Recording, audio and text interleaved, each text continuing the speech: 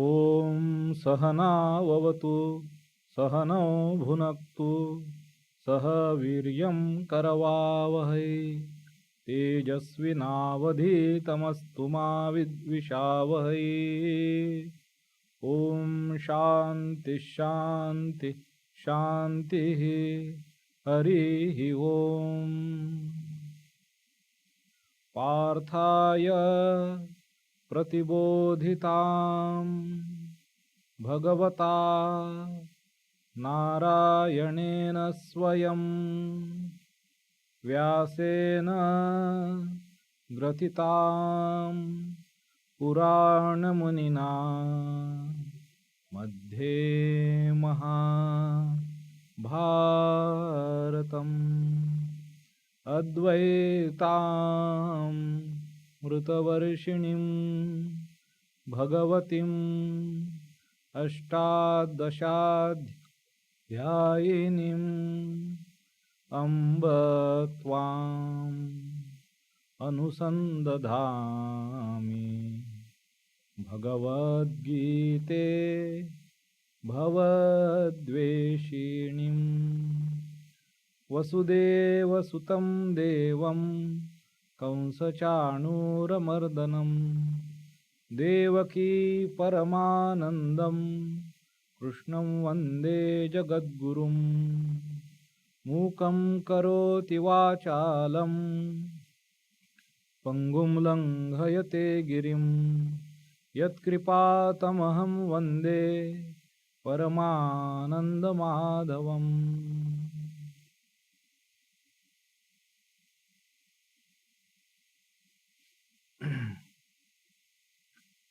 My namaskars to you all who are listening this talk on Srimad Bhagavad Gita. We are towards the end portion of 6th chapter, that is Dhyan Yoga, and we had seen until the first part of the 43rd verse of Srimad Bhagavad Gita, of this 43rd verse of the 6th chapter of Bhagavad Gita. So we had seen and had deliberation on this idea, which is expressed here as tatratam buddhi sanyogam labhate paurvadehikam. Thus the person, Bhagavan is saying this in response to the question and doubt raised by Arjuna. That doubt being that what happens to the person, one who cannot reach to the culmination of on the path of yoga, whether he is deprived of both of yoga and karma, and he like a without support, without root, he is scattered,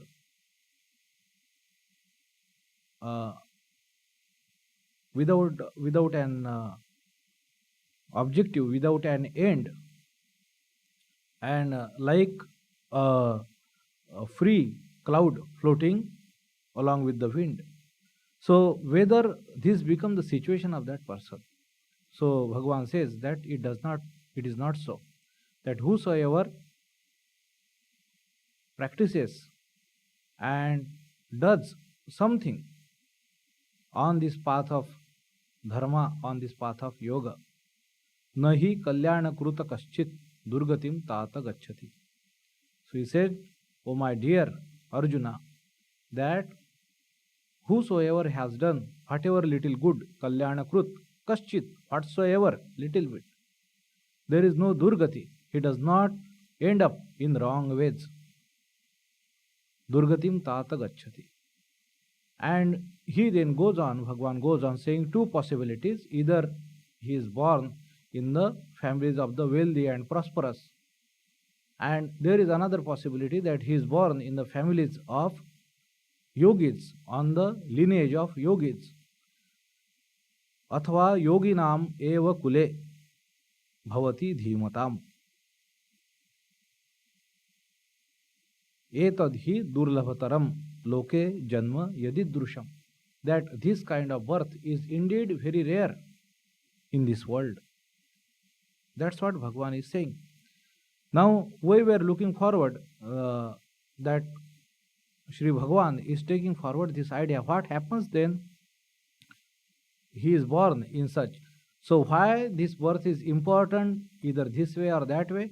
So Bhagavan taking forward that thought, that idea, he says that once having gotten birth in such families of the yogis, yoginam eva kule, in the kulas of the yogis. So what happens? Tatratam buddhi sayogam labhate paurvadehikam. Paurvadehikam, it is means from his previous birth, purva deha. So from that this noun comes paurvadehikam. So from purva deha, what does that person who is born, that yoga bhrashta, that who could not reach to the end of the yoga in his previous birth? So what about that previous birth? Bhagavan is saying that labhate, he does get something from his previous birth. What does he get? He says, Bhagavan says, tam buddhi sayogam. That person, tatra, in that birth, in this new birth, gotten in the families, in the lineage of yogis, that person, tam, he gets labhate. What does he get? Buddhi sayogam. So what is buddhi sayogam? Now we had discussed this idea to just give a hint of it. Buddhi sayogam, in various ways I tried to explain that person, without taking much effort, without consciously practicing something or having been exposed to some kind of such kind of ideas, that person has a strong leaning, inclination, running very powerfully as an undercurrent. And as soon as that person comes in contact with it, he finds that unknown familiarity with that kind of subject, and he finds it attractive. Easily he is pulled towards it. So this is, and as soon as suppose that person attaches or get associated or starts his walk again on the path of yoga, what happens? He immediately get into the groove, meaning that he immediately find himself or herself in the right channel, and understanding these things and correlating to the what ideas being brought across, it becomes easier for him or her. And even if this is what is the taste of it, even if without understanding he feels like he has understood, he does not feel awkward. You ask that person to explain, if you have understood, please explain. He or she will not be able to say other than what he or she has heard, not able to explain much. But it feels like that it is right. That is the person's experience. So this is due to the powerful impressions of the previous life. Tatratam buddhi sayogam labhate paurvadehikam. And so what happens due to this? Due to this, what happens? That person can very instinctively, just by hunch, without knowing it actually, he knows what is his path, his or her path. And so it helps that person. Now the second part, Bhagavan says, what happens due to that? Yatate cha tato bhuyah sansiddhau kurunandana. Bhuya, again, more. So yatate, he practices, does his effort. Tata. Tata means from where he had left, what work he has done until previous life, he takes it forward from there. Yatate cha tato bhuya. And what is he working for? Sansiddhav. That to become, to attain that perfection in the path of yoga. So Kurunandana, that is the scion of the clan of Kurus. He is referring to Arjuna, Kurunandana. So this is what happens. That person, having been born in such families and naturally coming into such environment and exposure to such path of the yoga or of the spiritual discipline, he immediately recognizes it and sets himself to do his effort on forward journey, for the forward journey, where from at what point he had left in his previous life. Yatate cha tato bhuyah sansiddhav kurunandana. So in response to the Arjuna's doubt that nothing will be lost, this is how it will be preserved, and this is how it will be carried forward and given to that individual, that he will be able to pursue that journey. From thence onward, everything will not be lost. So whatever he had earned, spiritual growth and spiritual progress, that it unfolds very quickly before that person. Unfolds very quickly before that person. And then he can take it forward from there. So from person to person, that's why we see this difference. That some person, maybe we see in the life of Sri Ramakrishna, and so Sri Ramakrishna's life is of course very wonderful, and at very tender age he had experiences of samadhi. Tender age of 6 years. Sri Ramakrishna went first time into samadhi when he was 6 years old. So whereas these kinds of experiences are so rare, that even if one person is so much, probably has studied this literature, understands, speaks and practicing, even if he would try for 6 years, there is no guarantee that he could be anywhere nearer to that kind of experience. Samadhi is a very wonderful and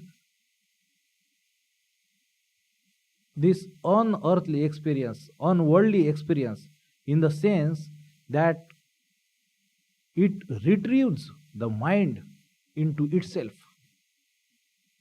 It so much pinpoint, where in this world we value multitasking, that at a time you can hear, talk and do and see everything, engaging all your probably 5 senses. So you are a wonderful person, and here you samadhi experience retrieves the mind from the senses itself and fixes itself at one point and absolutely loses consciousness into it. So that's why we say it unearthly or unworldly, because this is not the way of the world. So how does it comes to that person unless he have already been in it, and there is just a small provocation, a small stimulus, and that is enough to set that person, to set the whole chain of motion into that direction and to arrive very quickly at the desired goal. So Sri Ramakrishna, how does he have samadhi? He just see a beautiful chain of birds, of cranes, of white birds flying across a dark cloud, and he sees that how wonderful it is, how mesmerizing that scene, that spectacle is, and he likes it, and immediately his mind becomes so absorbed into itself. So, this is what happens. Otherwise, even this kind of experience, it is so rare that very few people with lot of struggle and lot of practice would probably just taste it once, maybe. So this is the difference between person and person. And again, when different his disciples on later days they are coming to Sri Ramakrishna, we see their lives are then more documented. We see how their nature, temperament, and how easily Sri Ramakrishna recognizes them and set them on their path. So, at one thing I recall in this connection, there was one disciple of Sri Ramakrishna. There were only 16 monastic disciples of Sri Ramakrishna. So, one was Latu. He was totally illiterate, had never been to school. He could not read, write, at least, and had come at very early age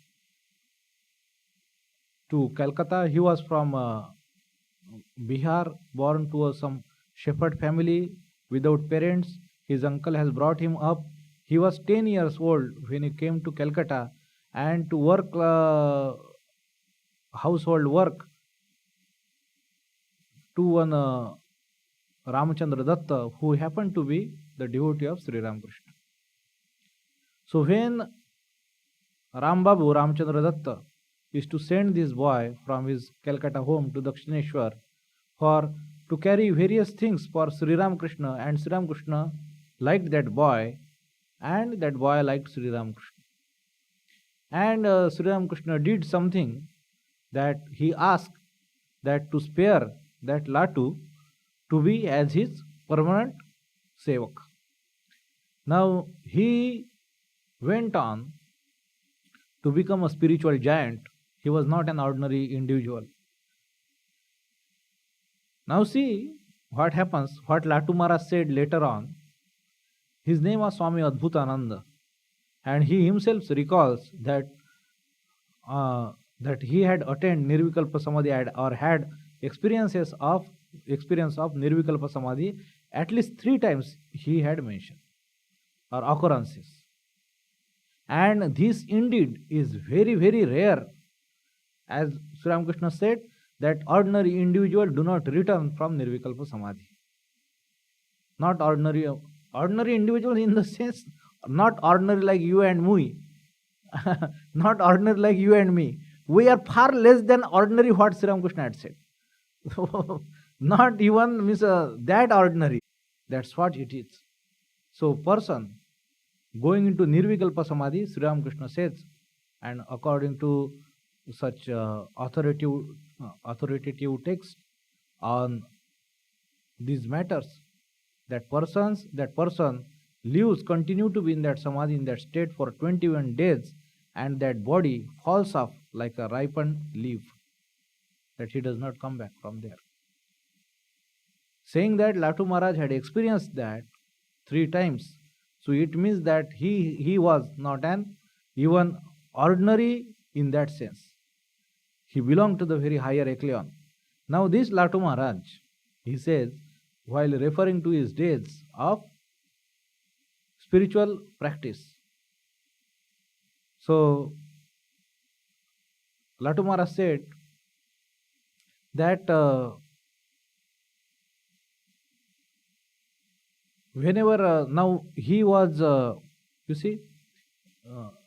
he could not used to read, write, or there was no support other than what spiritual practice Sri Ramakrishna has advocated and prescribed to him, that alone he has to do. So otherwise, suppose his mind is not in good mood, so he will study or do something, that is not an option. So what is to happen, he says, that how he is to make that whenever he says that whenever Sri Ramakrishna says That how he used to meditate? He used to go there, and first he used to have some vision, and then he used to meditate. So, why this is so? So, Latu Maharaj is having all first some extraordinary experience, and then he concentrates his mind, then he meditates. And with all of us, we are all meditating, and perhaps, and we never have experience. That's how different we are. So these people are extraordinary. So as soon as so many devotees, Sri Ramakrishna devotees, they are coming, and immediately Sri Ramakrishna said one thing, like it is like there is a fountain of a powerful stream underneath the ground, and somebody has to perhaps just remove the stone which is lying over it, and that's it. Water will start gushing out so forcefully. These people are like that. So, difference between person to person. Tatratam buddhi sayogam labhate paurvadehikam. How is it like that? We get to see this examples of very highest order, we can say, in the lives of Sri Ramakrishna and his disciples. That Sri Ramakrishna used to laugh sometimes that most of the people around there in that village, Dakshineshwar, they used to consider him a mad person. So, and a handful of people knew or could understand what Sri Ramakrishna was, and a dozen people used to come to see him at Dakshineshwar. That many people knew. So, to come to a channel, to fall in a particular place, to be attached, to be attracted, so it is something we should be grateful and we should value. That's why when somebody comes here and we try to see that what is instinctively he is leaning towards, or what attracts him or her. Whether that we generally ask people, whosoever comes for spiritual initiation, to read books. And I particularly, we tell them, I generally tell that with these books, you will be able to understand, and I will be also able to judge and analyze your disposition, that what spiritual wealth you carry forward from your previous life. Books you find burden, then we have to think otherwise. If it attracts, you develops a love, attraction for these things very easily, then it is easier for us to decide. That you very easily develop a sense of belonging to this place. I remember before I became a monk, the town in which I was living, there was no Ramakrishna Mutt, or in my family there was no such talk or reference or anything of Ramakrishna Mutt. Nobody had known. Only as we had heard the name Ramakrishna Paramhansa and Swami Vivekananda. Not much. As much that he had gone to that Chicago Parliament of Religions, and Sri Ramakrishna had performed. He had was in that Kali temple. He had worshipped, and he used to talk to Mother Kali and used to feed. This much was knowledge. At such a place I was born. Now where I was studying, that there was one private ashram center, and in condition of the private ashram is such that they are not like centers like here what we see in Mumbai. So they are regular centers.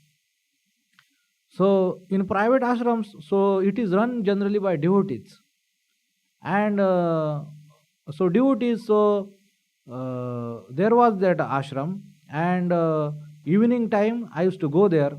There was one library, one boy used to sit there for issuing of the book, etc. He was a clerk, a person there. He himself is to come, he is to change his cloth, wear a white dhoti, and go to temple and do the duties of a priest would do. He is to clean the images, photos of the Thakur Ma Swamiji, and then he is to light that arati, and he is to do one stanza of the arati or two stanza of the arati. And there was nobody to sing. There were two couple of old people who used to sit, whose teeth had fallen. There was what so to say, nothing inspiring in that atmosphere. I had that paper in my hand on which arati is written. These people are singing. I am not able to decipher what these people are saying. There was nothing motivating for a person, for a young man of 20, to like about it. Yet, I used to travel 5 kilometers after my college and every day by cycle to that place, to that ashrama every day without break. Many times I have reached there in the ashrama completely drenched. What was attracting a young person in that? There was nothing. Nobody to talk to, nobody to, and these old people, what they are saying, I was not even able to understand. So how does these ideas work? So these impressions that you find that attraction very easily, you can correlate to these things easily. So these are the things to look for. They are the markers. And this is story of the many people. So this is the idea. So spiritual life, spiritual quest, and spiritual growth, these are not the matters of something that I say many times I use this word. This is not holy time pass. Okay, this is not holy time pass. There could be many kinds of time pass, intellectual time pass or emotional time pass or whatsoever, or a good physical time pass, probably a walk in the garden. Okay, self-indulgence, maybe you go to some place and they respect you, give you a lot of prominence, etc. There could be various ways we would be, suppose we have time and nothing much to do. So this is not something to be done when you have nothing to do. So, and these things has to come very progressively, very naturally. It's a growth, it's a journey. It is not something just you consent to, you believe or you feel like. It is more than that.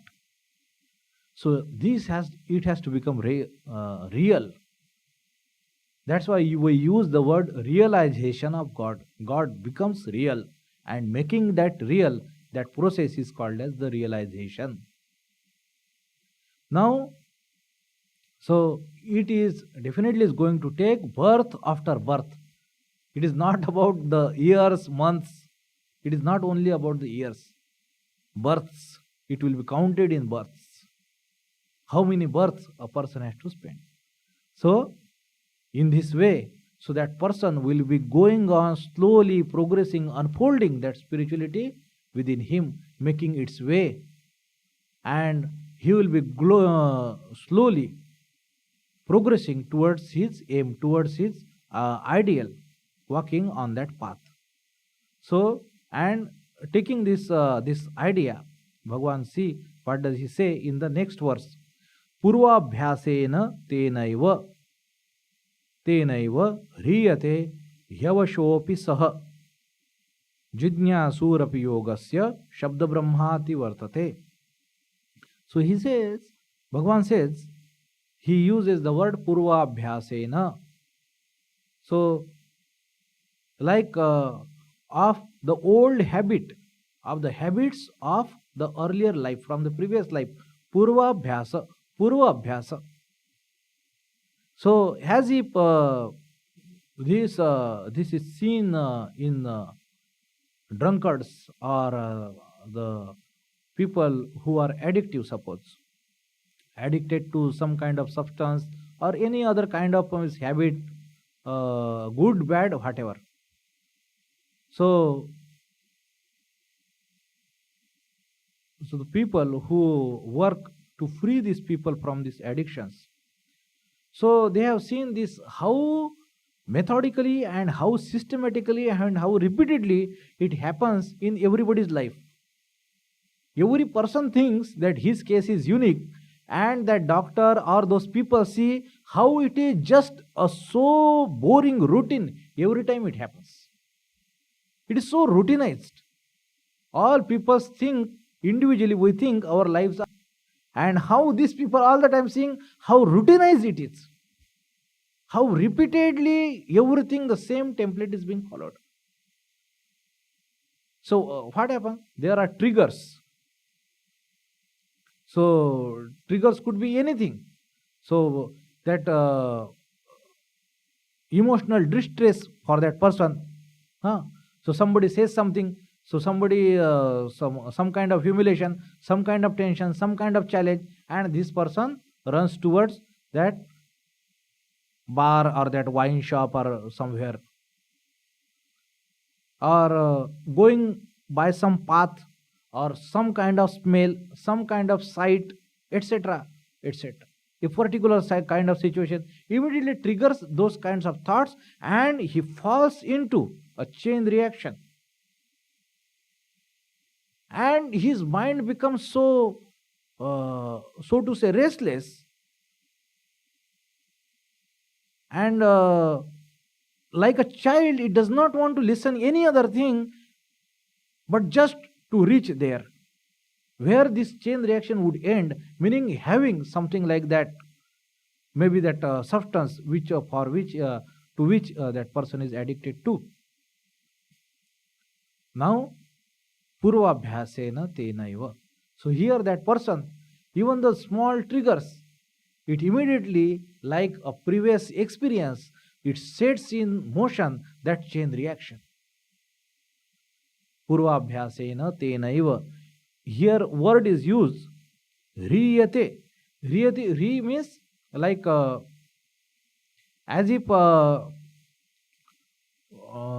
forcibly carrying away. Like from this word re, apaharan, this word has become apaharan. Alright. So forcibly taking it away. Riyate hi avashopi saha. So forcibly taken, and indeed he says as if means avashopi, that is that person has no control over it. Avashah, he is not that things, the situation, that he is not able to control himself, as if he is forcibly taken away in that direction. So what is this buddhi sayogam paurvadehikam? That knowledge base or those tendencies, that strong character he receives from his previous life. How does it act? It acts in this way, in the form of the purvabhyasa, old habit. And when there are such triggers, he is as if forcibly taken away in that direction, as if he is not in control of it. Avashopi saha, that person is taken.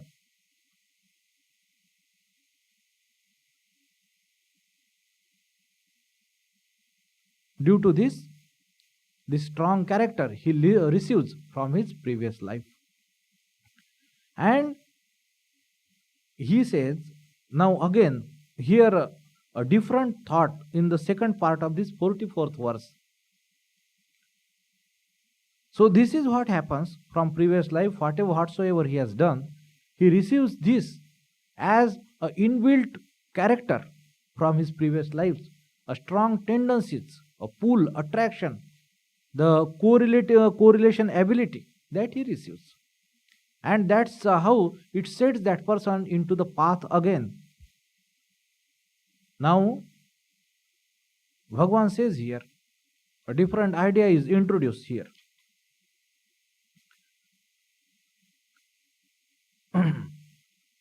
He says that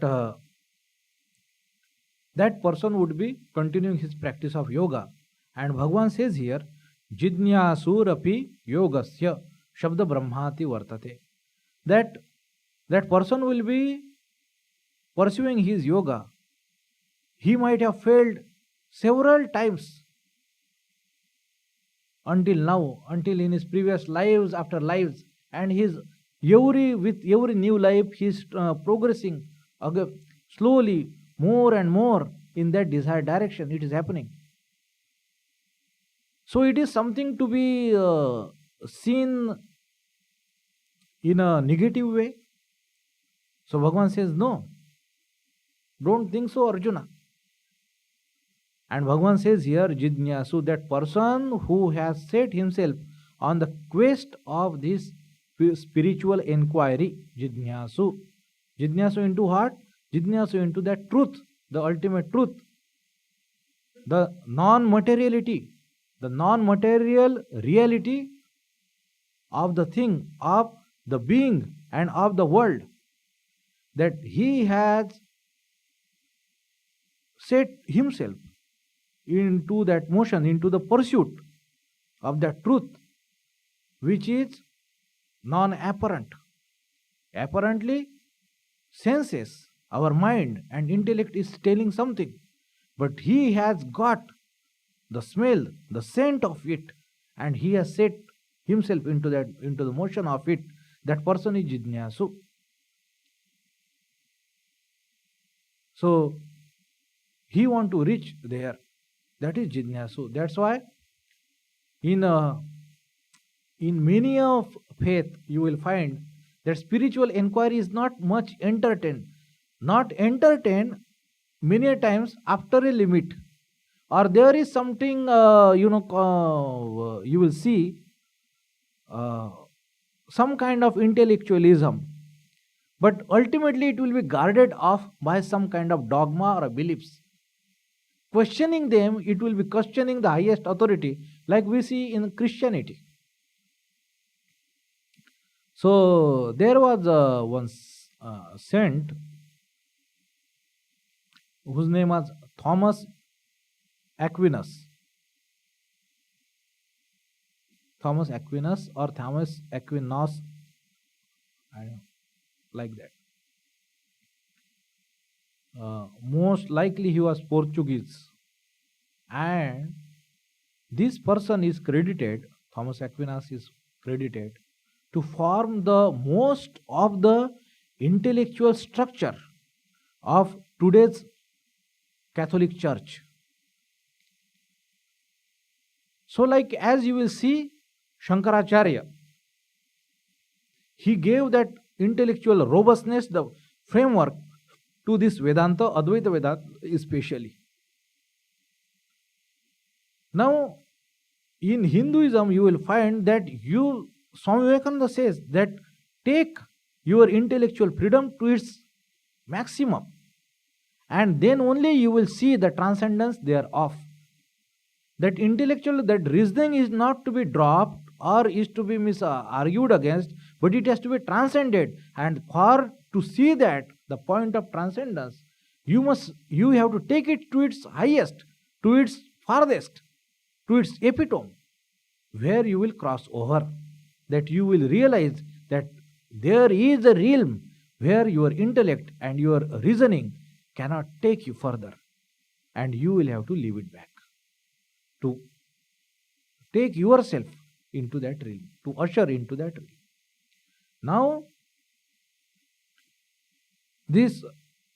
that's why in our Hinduism, this is called as Dharma Jidnyasa or spiritual inquiry. So, what Bhagavan is saying with respect to that, now Jidnyasu, such person who has set himself or herself on that path, on the quest of yoga. Bhagavan is saying that yogasya jidnyasu, that person who has set himself on the path of yoga. he is, even if he might be just a beginner, Jidnyasu, he says, what about that? Shabda Brahmati Vartate. Bhagavan says, he is greater than the person who is just subscribing to the dogma and only bound and engrossed in rituals. Shabda Brahma refers to the Karma Kanda portion of the Vedas. Karma Kanda portion of the Vedas, where there are different rituals, yajnas, yagas.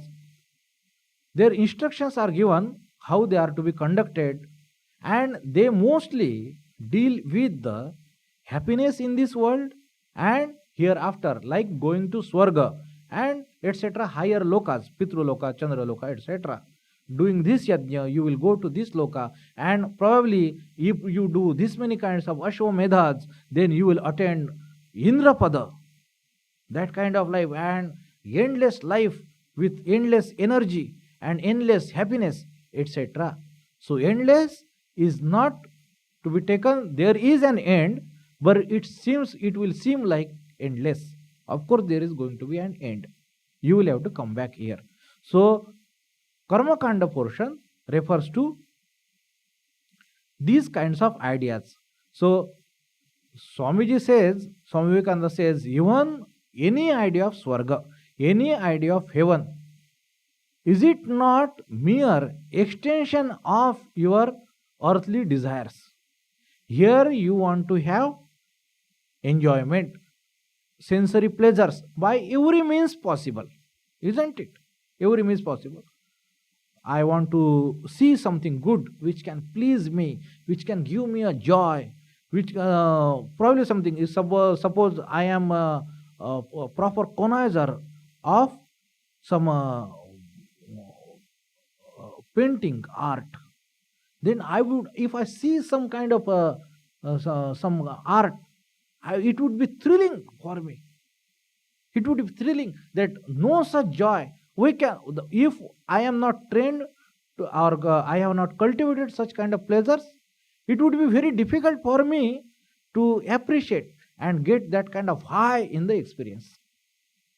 Similarly, a classical music, if so, person who is suppose has given all that in its acute possibility, extreme possibility, that the pleasures you can just have by seeing something, or by listening something, or by tasting something, or by feeling something, whatever way, every way you can have an experience that no earthly human being can have. But all the nonetheless, it is sensory experience only. Your degrees will be higher. That's it.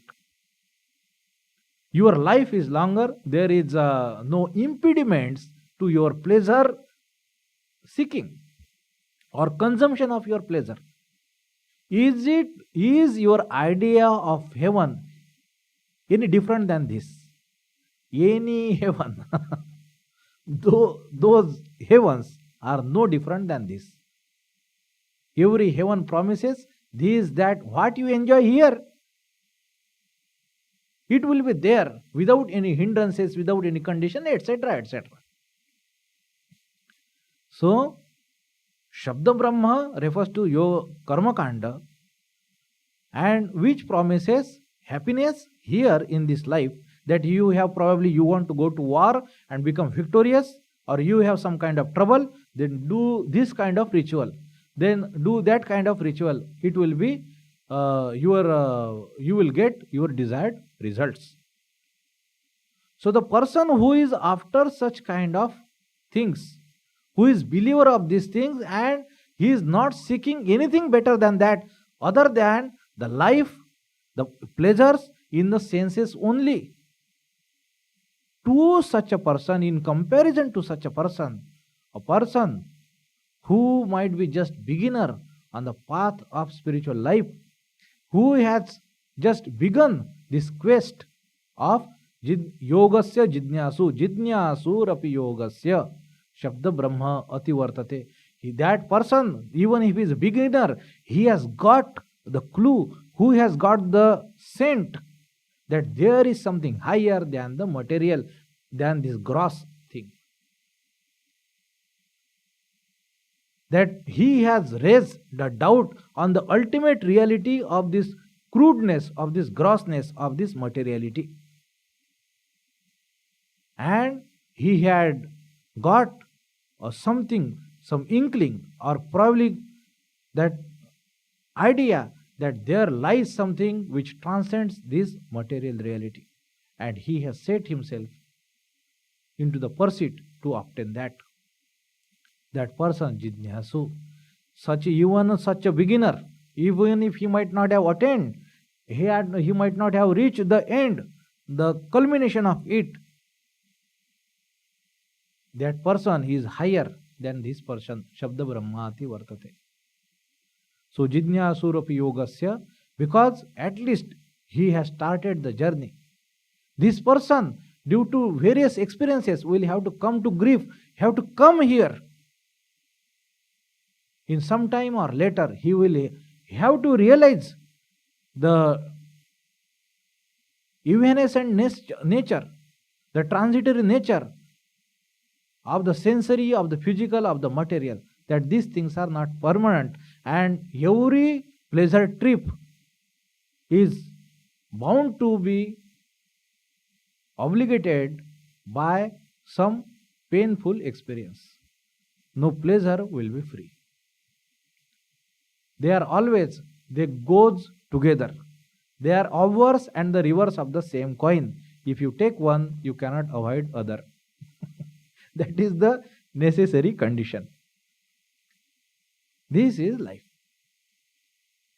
If you think that you are very clever and I will only take the pleasure part of it, it is not going to be. This is not the structure.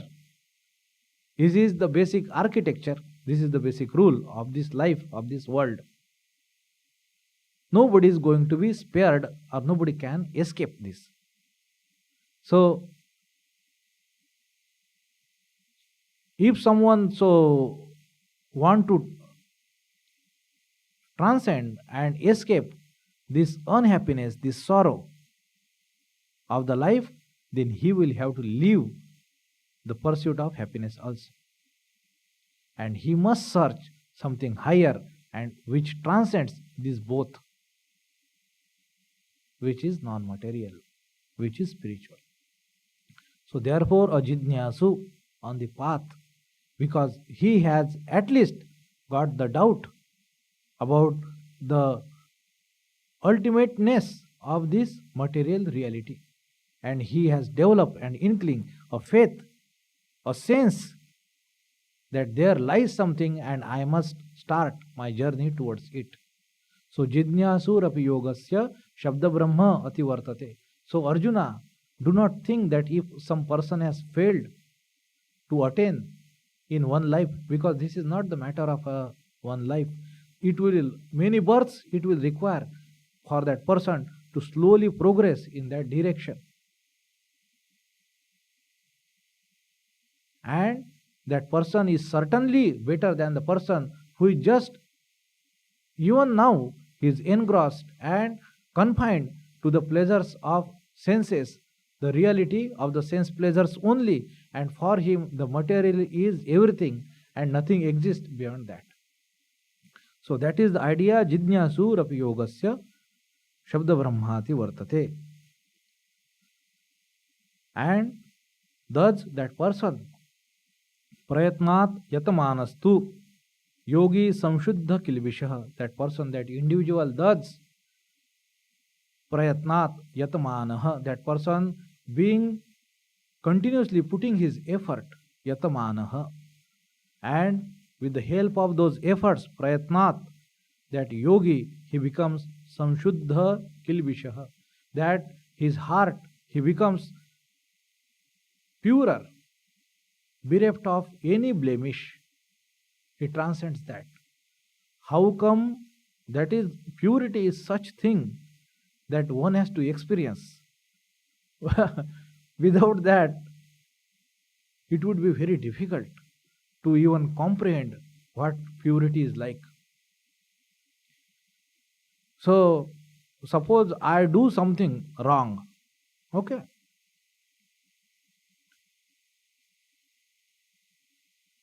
I say a word of condemnation to someone or something or whatever which I regret.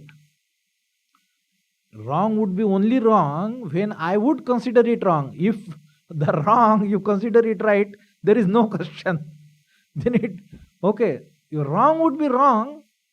Then when you consider it wrong, that I have done wrong, then only question of any progress, spirituality. As long as my wrongdoing also justified by me, I am fully convinced that whatever I have done is done right, then there is no question. From your perspective, the spiritual life has to be, is subjective, is very subjective.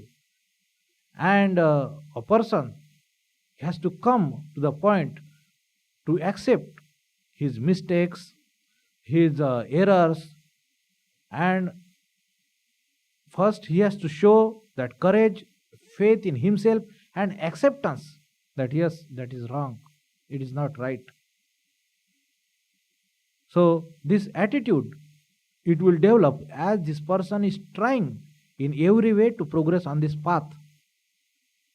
And this is how he will get the grasp, the in-depth insight, and that courage to face himself and to point out his or her own mistakes, that no, you are not right. So you should be able to, you are able to say to yourself that this is not right, I have not done right, all right. So then you are guilty of it. So but mistake is done. Now what to do? Only saying sorry or feeling sorry, does that free you or absolve you of what you have done?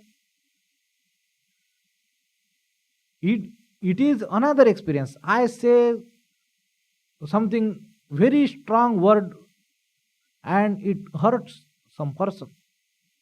Now I feel that I was wrong. I had I had developed some misunderstanding. That person was not guilty. He shouldn't have been said such harsh words. Now because I understand it now, I go now and I say I apologize that see, you were not at the fault, fault is entirely mine. And I say, and that person also very nicely, pleasingly accepts that apology. Now what earlier had happened, it is not wiped out. That is one thing, this is another thing. It is on the top of it. It is not undone. Nothing in our life, what we do, is undone forever. Nothing. We will always have its baggage. Now the question comes, how does the yogi becomes Sanshuddha Kilvishaha? How does one becomes free of all blemishes? Because everybody travels through this path. On this path he is doing horrendous mistake every step. This architecture of our existence itself is like that. This world is imperfection. It is swayed from perfection, which is Brahman, which is God itself in its purest form.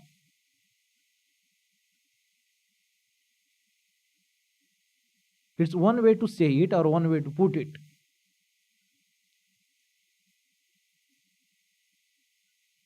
So its nature to finding perfection in the imperfection is anomaly. It's self-contradiction. It is not possible. This is like that. It is meant to be like that. It is chaotic, disorderly. All this is. You cannot control here everything.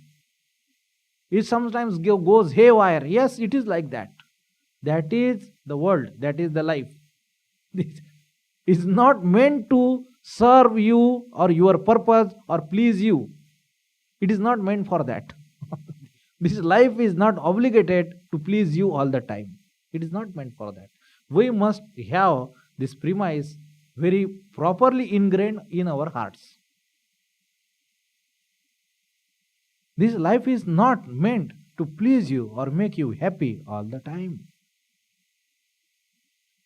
This world is not obligated to please us all the time. It is not meant like that.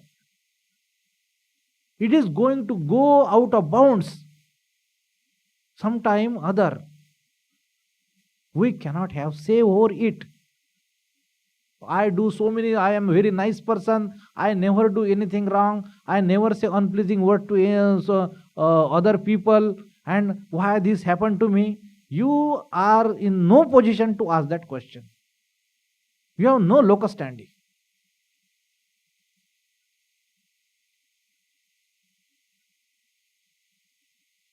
This is how it is. Whosoever has experienced sufficient life, he will tell you that this is true.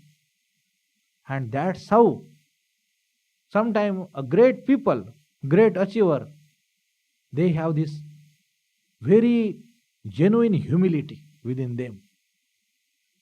Because life makes them humble. Humility they have. Because many times how you become successful? This formula, that formula, those tips, these secrets, so many other things. Ask everyone whether your luck played any role in it or not, or you won over or against your luck. You tell. Who tells that? Nobody will tell you that.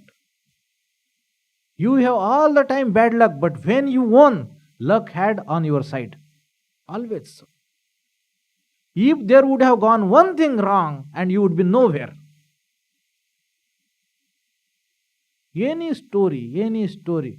If you just change one element, and what would be the story?